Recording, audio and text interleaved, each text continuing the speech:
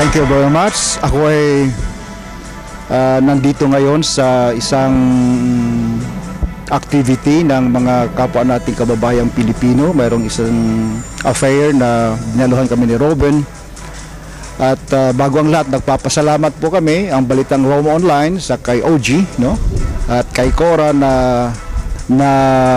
invite po kami na umattend sa kanilang celebration. I think this is the 24th year of their operation in Rome, Italy. Ang pioneer na radio station dito sa Roma, ang Radyo Pilipino sa Roma. Cora, kumusta? Mabuti po. Magandang araw po sa inyong lahat. Salamat at na-invite nyo kami, Rob. Salamat din po sa inyo sa pagpula. Okay, ano ba ang activity natin? Ano bang affair ngayong hapon? Actually, ngayong hapon po ay magaganap yung tinatawag naming all-in-one. Isang celebration ito ng disco, karaoke, bingo at raffle. Supposed to be kasi ito yung isang activity para sa Easter Sunday dahil walang lugar at walang time. So medyo inurong namin. Kaya ngayon pong araw na ito magaganap yung all-in-one celebration namin.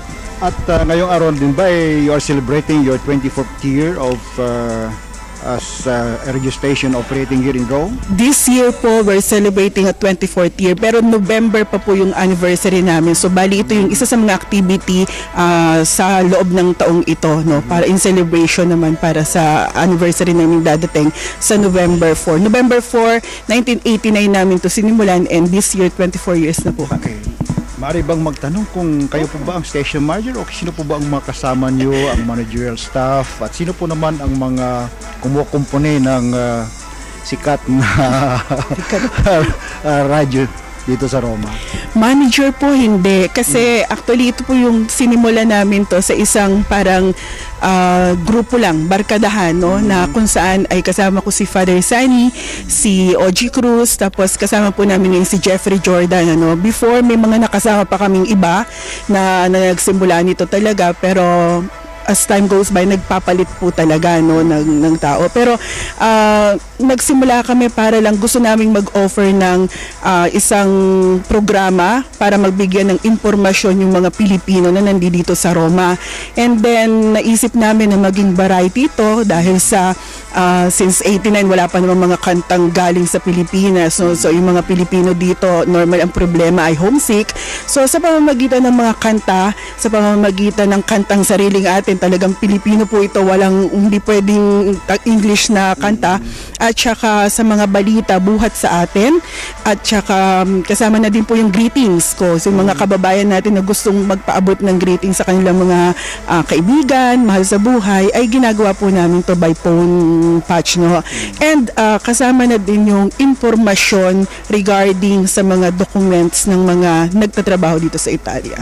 Is this a commercial radio station or a total public service station? Yung pong inaanuhan namin ngayon ay half public at saka commercial. So talagang totally may bayad yung sabihin na natin yung programa. Okay.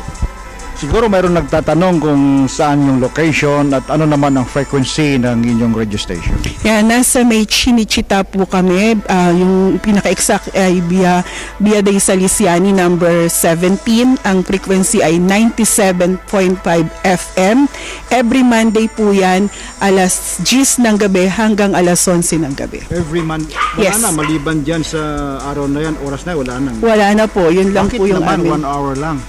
Dahil dati 1 hour and a half, pero napakahirap pong gawin, ano? And yung sabi nga natin yung oras na 10 to 11 is a prime time para dito dahil mga nasa loob na ng bahay yung mga kasama natin, yung mga kasambahay, at the same time nagpapahinga na sa, so talaga yung oras. And siguro ang hirap mag-prepare ng isang 1 hour and a half program. Yung 1 hour medyo ano na yun. Ano ngayon pinagkakasya yung sinabi mo kaninang format ng mga programa sa isang oras, Cora? By dalawa po siyang yung first half ay tungkol sa mga balita, news, tapos yung mga tawag dito, yung news from the Philippines, tapos news from here dito sa Italia, at yung second half naman po ay mga greetings.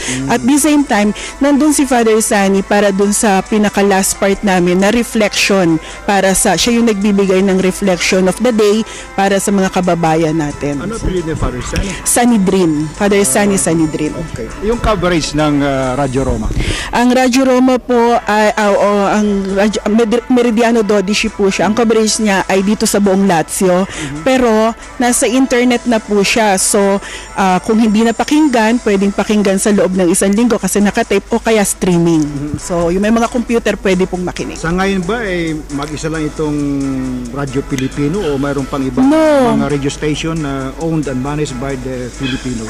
Meron pa po tayong mga ibang kababayan na may mga radio program pero yes, meron by Sunday po sila normally. Dalawa yung Sunday, isang early in the morning, isang hindi ko masyado alam yung eksakto pero meron pa. Mga ilan?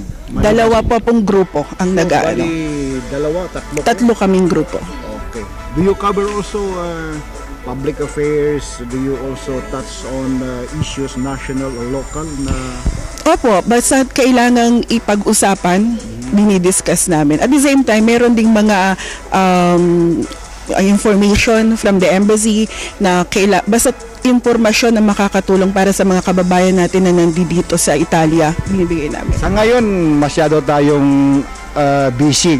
Start na yung ating overseas absentee voting for 1 month and it will end this coming May 13. Ano po naman ang inyong mga na-prepare na programa tungkol po sa pag-monitor ng ating overseas absentee voting dito sa buong Italia? So far, mga 2 weeks ago, diniscuss na namin sa radio yan, nakapanayam na rin namin yung head ng mga ngasiwa dito sa absentee voting na to. Sinabi na rin namin kung kailan magsisimula.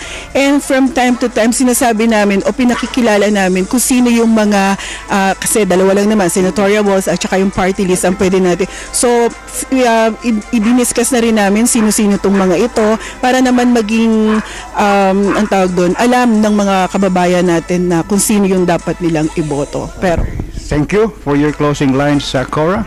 So maraming salamat po and salamat sa pagpapaunlak sa inyo. And sana po makinig po kayo ng RPR kasi pwede na rin po siya sa computer. So kahit nasaan kayong lugar, kahit sa Pilipinas, kung gusto nyo po at interesado kayong makinig, maririnig po niyan. Radio Meridiano 12 po ang website. Itong pinag-usapan namin ni Cora at itong mga bagay na mga importante tungkol sa Radyo Pilipino sa Roma ay makakarating sa mga kababayan natin sa Pilipinas, lalong-lalo na sa Visayas at sa lalawigan ng Aklan. Kasama ko si Robin, ako si Alan Double Alpha Alcedo ng Balitang Roma Online.